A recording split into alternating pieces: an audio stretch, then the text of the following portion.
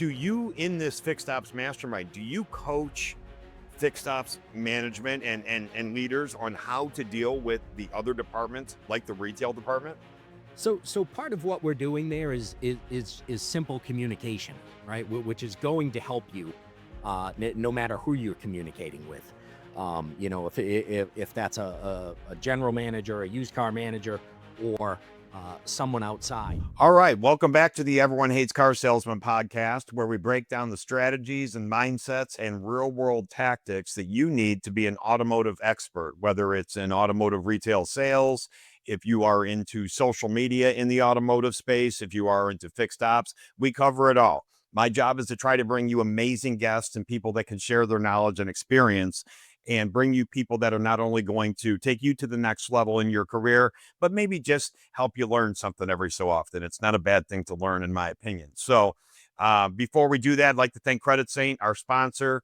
14,000 five-star Google reviews.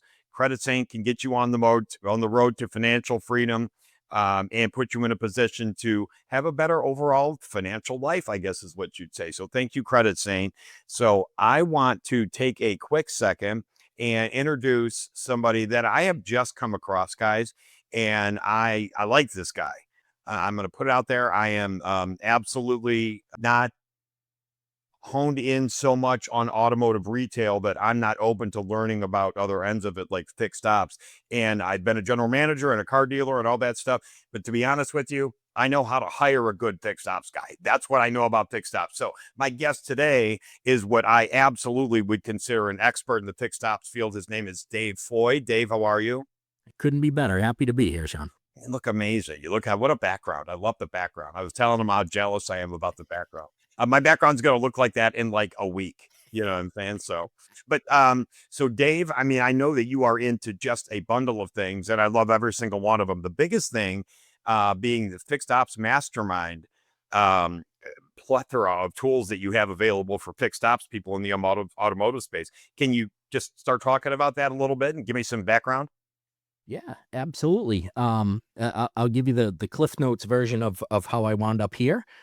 Started in the business in 1987, and started as a technician for Ford. And turns out I'm not a great technician. So after 4 years or so, they asked me to stop working on their cars, and I moved to the service desk, and became a service advisor, and found what I love to do there. And spent the next 10 years as an advisor. And before I got my first management gig, and spent the next 25, 30 years or so in the industry, working my way up through the dealership ranks. Left the dealership day-to-day operations about 5 years ago, 4 or 5 years ago. Went to the vendor side, the partner side, if you will, and joined a startup tech company that was delivering training into dealerships, and worked there, built the fixed operations program there, then went and trained around the country, on my own with some things, and joined with OEM Interactive in October of 2023, where we had started to build out a fixed ops media brand, and most recently have jumped back into the fixed ops mastermind, which I started in 2019, and am going full bore on that now. So if you could you expand a little bit on the fixed ops mastermind and exactly what, for our listeners, what does that do for what does that do for somebody? Yeah. So it has certainly evolved from where it started. Right. It started as a paid community membership, and we met once a week. It was on Tuesday evenings. We met every single week, and there was a group of fixed ops people as well as vendors that were there every single week. We had guest speakers come in, and we had topics that were settled on before the week that we went through and talked about, and just worked on problems for each other. Right. Everybody there was either operating in a dealership or operating for a dealership.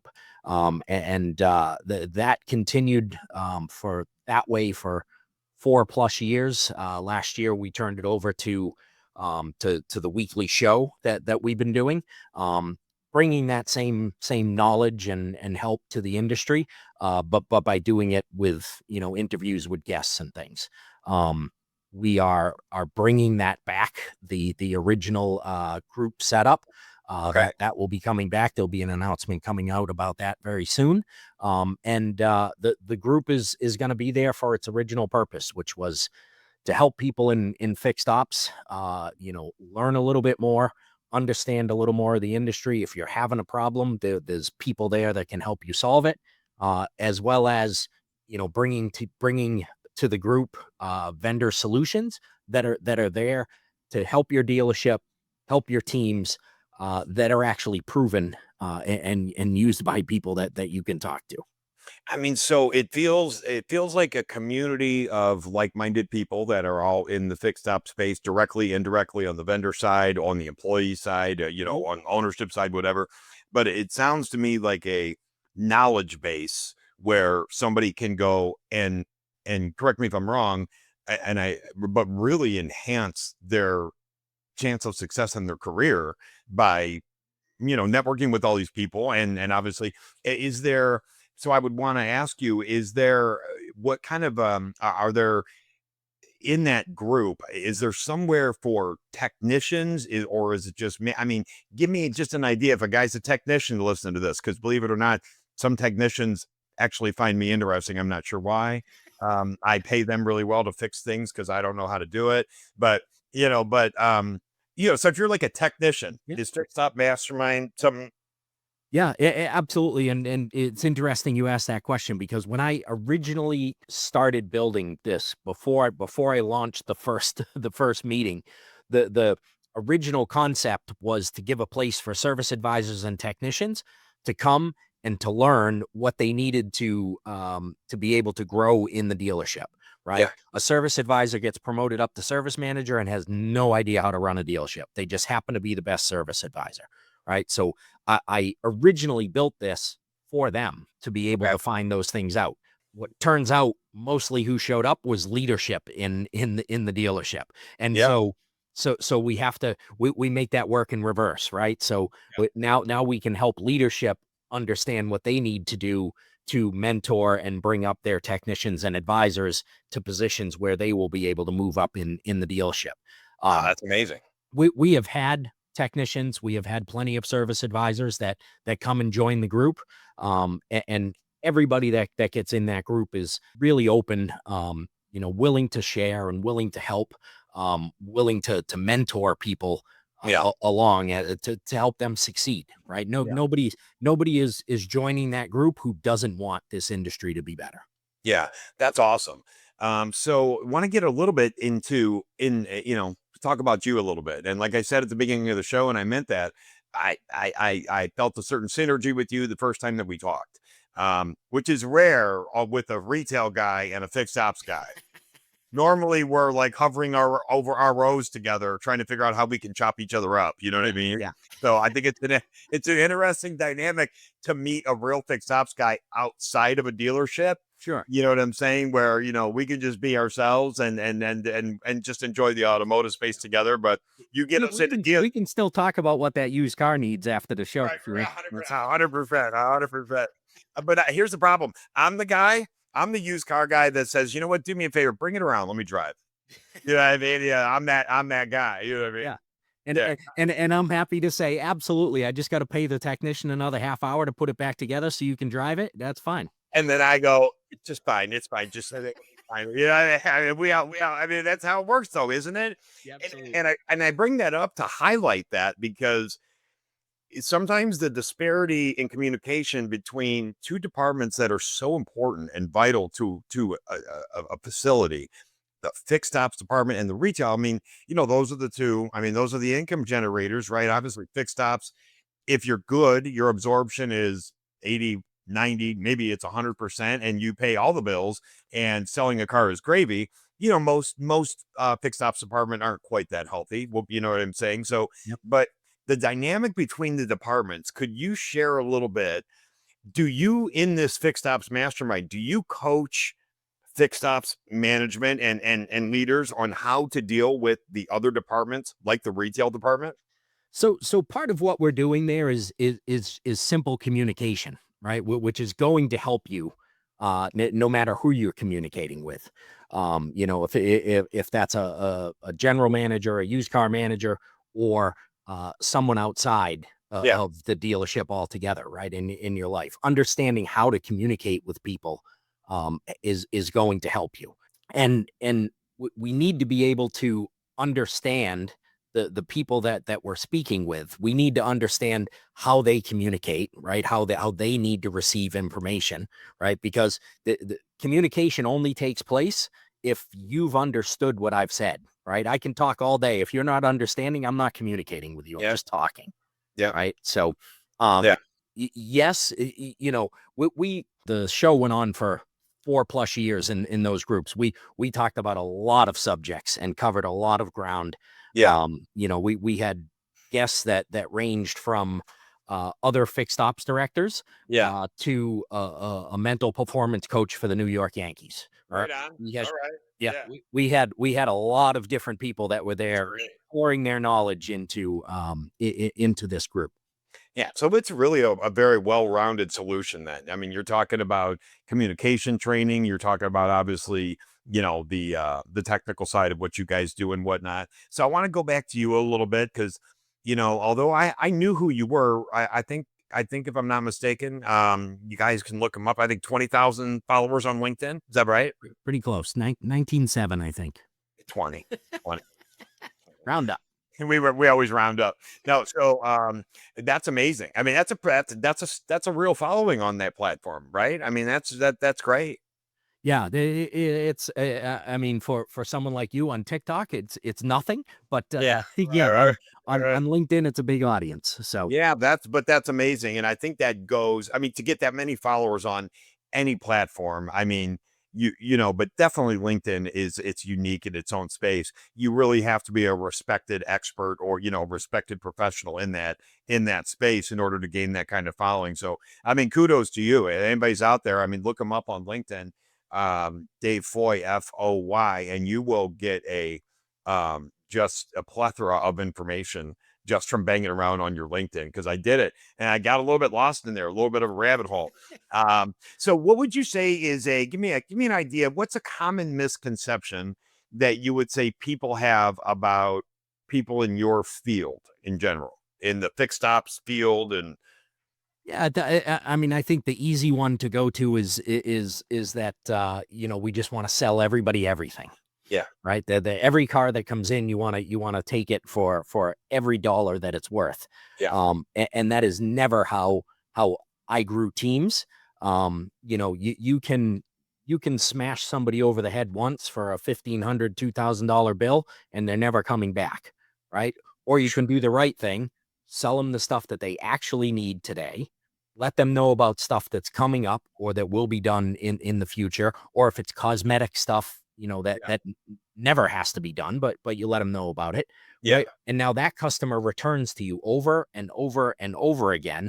yeah, And instead of getting a one-time $1,500 RO, you end up making 8,000, 9,000, $10,000 on that customer, and they get to at some point walk out front and see you to buy a car, right? And right, now we get that value. And right, then we get to rotate that through. Now, if you took their car in trade, now we get to do work on it as a used vehicle, right? And then they sell it and we get to work on it for that customer. We get to yeah. work on whatever car you sold them, right? And that flywheel effect starts to take place. So It your really, original question, what the misconception is that yeah, we want to smash everybody over the head, right, and it's right. not the way it is. And I think the disappointing thing, and I feel this way about my end of it in the retail side, is that there's still a very high percentage of guys that are operating like that. I've been at stores, you know, in recent years where even as the GM of the store or the owner of the store, part owner, the guy would come up to me and try to rip my face off. You know what I mean? And I never understood that, like, now I'm going to check you every time, first of all, Mhm. which you may be smarter than me. Maybe you can still show me how I should get on this RO. But the fact that I'm checking you is unproductive. Now you're talking about, the return on investment of a person. Now I wrangled Dave in now for 10 minutes to go over every single RO because I don't trust you Right. because you did it to me once and you got away with it. Now I'm gonna get it back. It's just a matter of time. I'm either gonna take it from your pocket or your time. And that's unfortunate as a dealer. I mean, especially the owner of a facility, how unfortunate that these two departments can't operate more like Yeah. you're suggesting, which is, guys, let's all eat. It's cool. You know what I mean? Like, Mhm. I know he set you a bonus, an average RO of this amount this month, and I know you want to hit it. If you treat me right, guess what? I'll help you get there. Like, because we're good. You know what I'm saying? But Mhm. if you don't, guess what? You know what I'm saying? I mean, I'm not going to be pulling in your corner. So, what trends or changes? I mean, this is an interesting thing to me because again, I'm not a fixed ops expert. What trends or changes are you noticing right now in the industry that you want to highlight? I mean, what's interesting that's happening and changing? Yeah, I mean, that's a loaded question because there's a lot that's changing in this industry, and I just had a conversation with somebody else earlier today that in 5 years, I believe in 5 years that fixed ops or maybe the dealership in general is unrecognizable to what it Oh is yeah, today. I agree. Um, you know, let's tackle the obvious one, AI. AI is coming. AI Here, is here, here, right? And yeah, it's more than just a voice that's going to answer your phone, yeah, right? There's a lot of other things that are going on that AI is going to help with. I've written a lot about AI being able to very soon being able to help advisors by reducing the administrative tasks that they do every single day, right? And that has ripple effects in the fixed ops department. yeah, You can now increase the job satisfaction of that advisor. You can now take admin tasks away from them that they can use that time to actually build customer relationships, yeah, right? Now we can start to make more money, right? With things we should have been doing before and correct, suggesting to customers, not smashing them over the head, but at right, least telling them the things that they need and right. having having an advisor have the time to explain those things to a customer. Are there any tools out there now, AI related? I'm just interested. I don't mean to catch you off guard. Yeah. That maybe you're affiliated with that you use? I mean, is there anything out there that just blows your mind away right now that you're like, holy cow, I can't believe I'm in this industry while this is happening? I mean, there's some that I think that are still being built that are new. Raise a Hood is one of those. They're using AI intelligence and human intelligence to Yeah. better diagnose cars and to allow a customer to enter their symptoms and have it give some sort of an idea or percentage idea of what could be wrong with their car before they go to the dealership, right? Love Or their aftermarket shop, right? So now it's not gonna AI is not going to fully diagnose your car, right? It's still going course, to take yeah. a human being to do that. But this gives the customer a little more security walking into the dealership that this AI tool, maybe they don't even know it's an AI tool. This tool told Yeah. them they needed an oxygen sensor, and now their technician is telling them you need an oxygen sensor, right? Now it's not, how do I know I need an oxygen sensor? Now Yeah. they have something to compare that to. And that's raise the hood. Yeah, raise a hood, Raise the hood. Raise the raise a hood. hood. Yeah, Okay. yeah. Gotcha. That's amazing. Um, yeah, it's a very cool product that they're building there. And the other we talked about answering phones. Scale Voice is I've heard of that. yeah. So answering phones mainly after hours, but it can be programmed to answer calls during the day, but at least collecting all the calls that come into service after hours, right? Yeah. Making appointments, rescheduling appointments. It is the most realistic one that I've talked to. Yeah. And I've told other people this when I tested the system.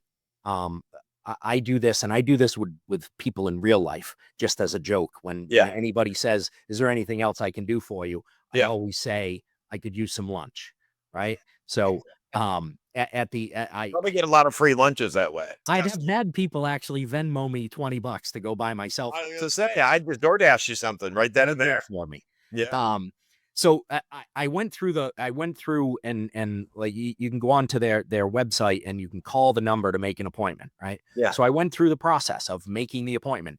At the end of it, it said, your appointment is scheduled for blah blah blah blah blah. Is there anything else I can do for you? And I said, Nah, I could use some lunch. don't tell me it sent you lunch. Right? It didn't. I wish I would. Now, let me tell you, that would be a system. That guy's out of business quick because everybody's gonna be doing it. Like, he's gonna be sending lunches out all day long. Yeah.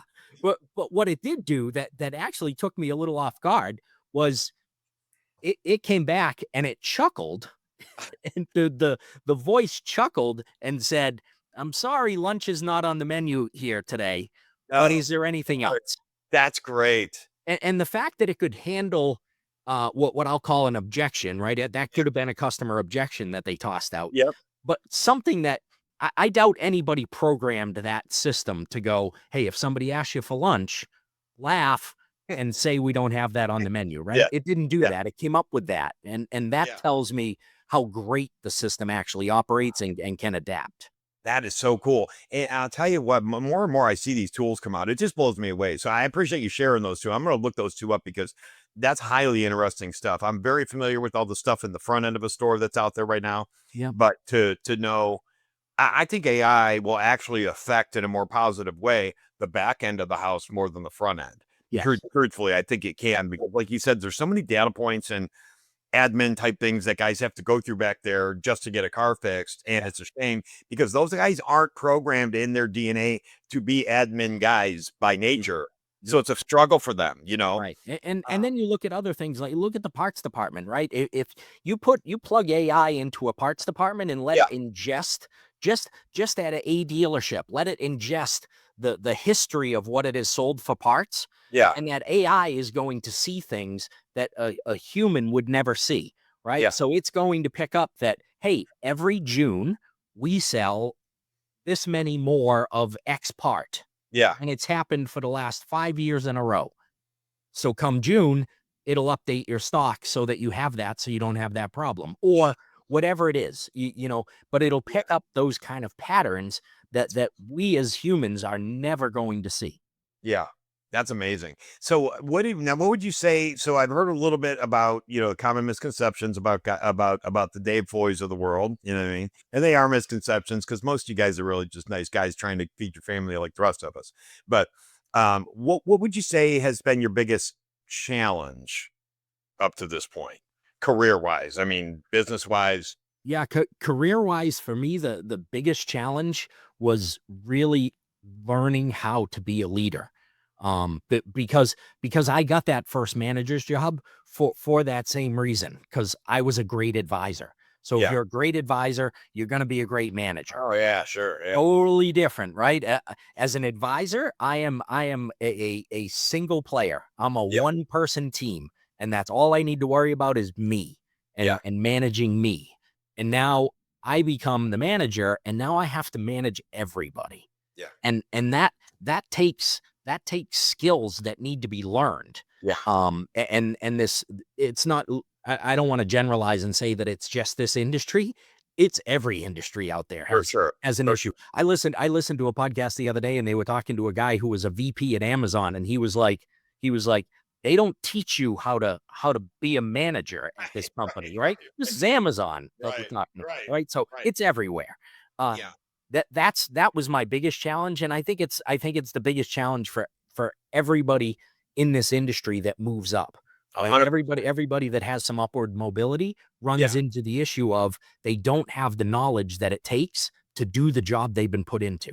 Yeah, and what a shame, but, Yeah. the time that gets taken up there by that person just not only learning the position, but then learning how to manage people and build a culture and Right. process and all that, it really is a ramp up that costs dealers a lot of money that they have you can't put a dollar amount on it, but I promise you there's a dollar amount. No, absolutely there is, and then a lot of times there's an additional dollar amount because before that person gets ramped up to where they need to be, Yeah. sometimes the dealer moves on and goes, "This guy can get the job done." Starting over. Yeah, Right? And then they put another one in there.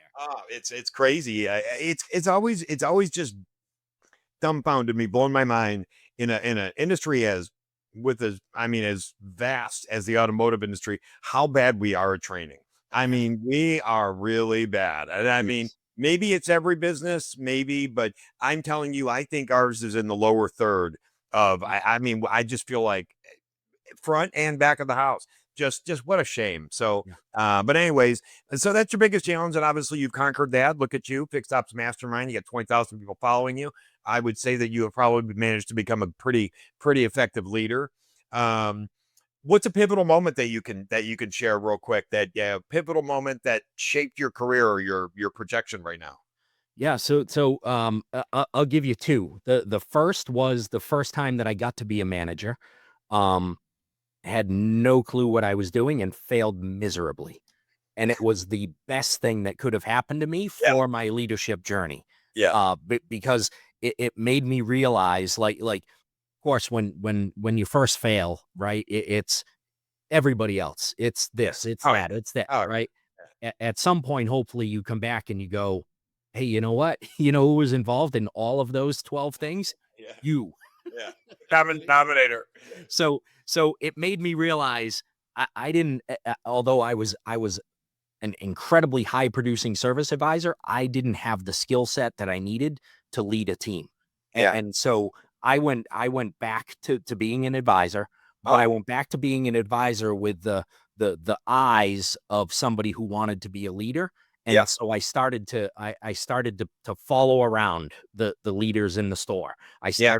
I started to read more, like the books behind me Right. of leadership principles of what to do. So Yeah. that was a super pivotal moment. The other pivotal moment was deciding to start the Fixed Ops Mastermind. Yeah. We all have this imposter syndrome that we carry around. And I sure had it when I was starting the Fixed Ops Mastermind. It was Yeah. like, I told you I started it for advisors and techs, and Yeah. a whole bunch of leaders were the ones that signed up. And Yeah. I can remember saying to my wife, like, the heck am I going to tell these guys? These guys are running 6 and 10 store groups. Right. I don't know Right. anything, right? Yeah. But that goes to a great point though. You're talking about guys that are in charge of 6 to 10, let's say rooftops, Yeah, and that guy needs help and he knows it. And yeah, he's not going to tell his boss that because he doesn't want to give up the paycheck. He's going to figure it out as he goes. And the attrition that happens there with people and culture and everything, can be damaging to a department and to a store as a whole. But it's amazing that guys, well, not amazing. I think in a way it's admirable, or somehow it's admirable that the guys that are in that type of leadership position, you know, that they still need help learning how to manage people yeah, too. They're still like, hey, how do you handle this? I don't know.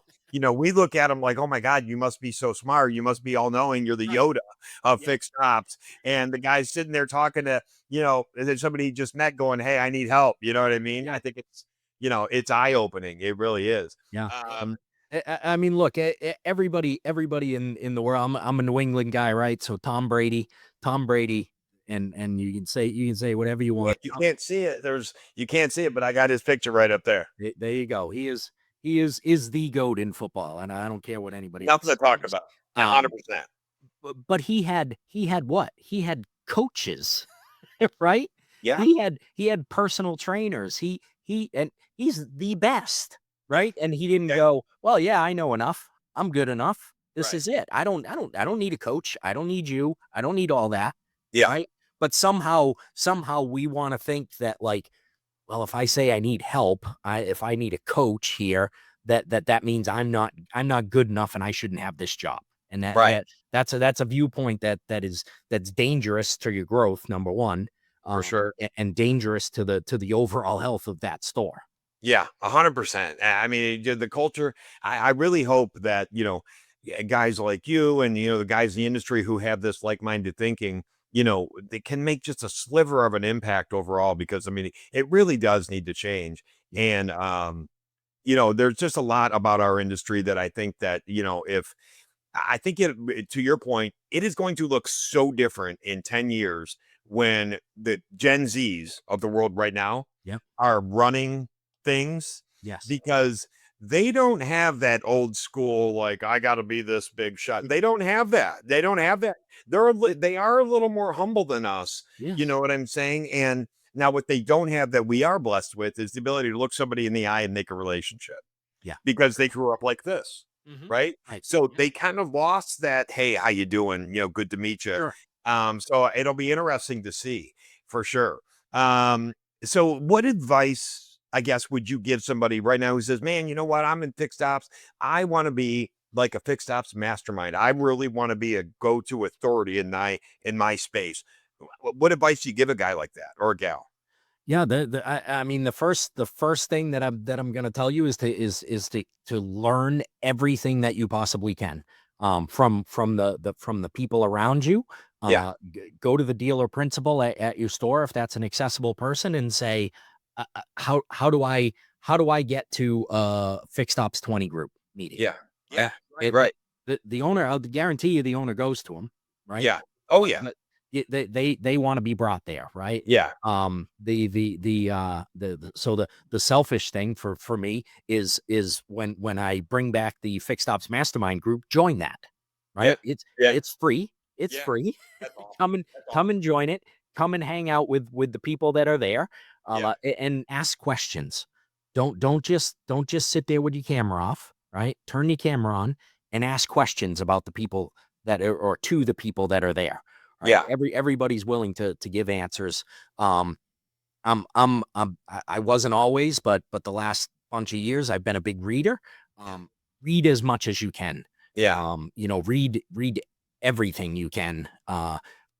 Business books, technology books, anything you can just Yeah. spend a little time absorbing knowledge, and don't be intimidated by the books, right? I don't read books from front to back. That's Right. not how I read a book. I, Yeah. I go through and I'll read the beginning part, and then I'll skip through. I'll look at the chapters and go, oh, this one sounds interesting, and I'll read that. If it has something that I have to go back and read to understand, then I'll do that. But Right. um, I, Yeah. I pick out the parts that are interesting to me, Yeah. right? Which is the same thing you're going to do in your life. You're not going to be able to, no matter who you have for a coach or anything else, you're not going to be able to take every single thing that person gives you Yeah. and implement it in your life. You need to take the pieces that work for you, Yeah. and just start to do that with everybody in your life, not just people in the dealership. Do Yeah. it with everybody around. Yeah. Watch how they're doing it. You can learn from the person that's making you coffee at Starbucks or Dunkin' Donuts, wherever you're getting coffee, at how they interact with people. There's something there to learn. I have probably 5 or 6 more questions on this interview sheet. And Dave, I'm not going to ask them, and I'll tell you why. What you just said is a mic drop. In my opinion, that's where we need to end this because that is so true. I don't even want to repeat it back because I don't want it to lose its luster from your delivery. Amazing, amazing advice, brother. And I mean, honestly, that I want to expound on it, but I'm not going to. That's we're going to stop it there because you just really nailed it. That's a mic drop, buddy. That's a mic drop. You did it. I mean, yeah, no, that's an expensive mic. Don't drop that one. You know what I'm saying? Don't worry about drop that one. But so for everybody out there, obviously, if in this short podcast episode, a little shorter than normal, I think you've been able to realize Dave Foy is a fixed ops mastermind, not just in title. And so if you're out there and you want to get a hold of Dave, how do people get a hold of you? Yeah, I mean, LinkedIn's the easiest way. And that's Dave Foy on LinkedIn, or Dave Foy, I think it is. Either way, you'll find my bald head. Yeah, you're like a VIP on there. So they just type in your name. Yeah, it comes right up. There you go. There you go. That's the And best way. get on there and reach out to me there. I'm on Instagram as Dave Foy Leader. Yeah, And I'm on TikTok as Dave Foy Leader or Fixed Ops Mastermind. One of the two. we're gonna Or work on either of that. those. We're gonna work on that. That one needs some work. Don't follow me there yet. Not yet, not yet, not yet. That's awesome.